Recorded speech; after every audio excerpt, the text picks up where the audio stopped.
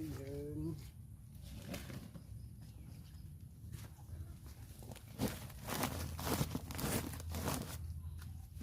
បាទជំរាបសួរម៉ែបងប្អូនឥឡូវថ្ងៃនេះយើងជីកបកគោលអាទិត្យមុនឥឡូវអាទិត្យនេះមកយើងពង្រៀបវាមុខយើងពង្រៀបដីវាឲ្យស្មើហើយយើងដាក់ដាំឥឡូវយើងដាំនៅក្នុងអាទិត្យនេះថ្ងៃទី16ខែសីហាឆ្នាំ2026អញ្ចឹងយើងជីកបកគោលថែមខាងចុងនោះមួយដើមនោះយើងដាំហើយប្រហែលជា2អាទិត្យហើយអាបកគោលជ័រនោះប្រហែលជាមួយខែយើងបានមួយខែអញ្ចឹងថ្ងៃនេះយើងដាំថែមបាន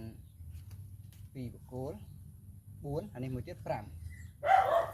កគោលអញ្ចឹង5បកគោលរបៀបនៃការដាំយើងរៀបដូចពីមុនគឺយើងរៀបជារង្វង់តំណប់វាលើកវាឡើងឲ្យខ្ពស់បន្តិចដើម្បីការពារមានភ្លៀងអីជ្រុំខែរដូវភ្ជុំឬវាមិនជាប់នៅក្នុងទឹកឥឡូវ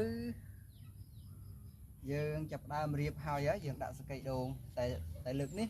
យើងអត់បានត្រាំសកៃដូងទេអត់បានត្រាំជាមួយនឹងជីអត់បានត្រាំជាមួយនឹងក្បោទេដោយសារសកៃដូងទី1អាសកៃដូងខាងក្រោយនោះសម្រាប់ដាក់ពតហ្នឹងគឺសកៃដូងចាស់មានរយៈពេល1ឆ្នាំហើយមួយទៀតយើងម្ដងនេះយើងអត់មានស្លឹកឈើតែយើងជំនួសដោយជីកប៉ុសអញ្ចឹងយើងរៀបលើកបាតក្រោមវារួចរាល់ហើយអញ្ចឹងយើងដាក់ជីកប៉ុសដែលយើងបានសំទុករួចរាល់តាំងពីដើមឆ្នាំឥឡូវត្រូវទឹកភ្លៀងមកគឺថាល្អយើងមានសពបែបយ៉ាងជីកប៉ុសយើងហើយម្យ៉ាងទៀតពូជដែលយើងយកមកដាំគឺយើងវាដោះឲ្យស្រេចនេះរឹសមានរឹសវែងឲ្យស្រេចនេះមានរឹសអញ្ចឹងអានេះយើងផ្សាំមកយូរហើយផ្សាំជាមួយនឹងចលងចាស់ជាមួយនឹងចលងមេវាដោយសារវាខូចទៅវាបាក់យើងដាក់ឥឡូវវាដោះរឹសបានច្រើនណាអញ្ចឹងវាមិនលំបាកក្នុងការផ្សាំទេពីមុនមកយើងកាត់យកមកដាក់អត់មានរឹសអានេះយើងមានរឹសស្រេចអាការផ្សាំលើកនេះយើងមាន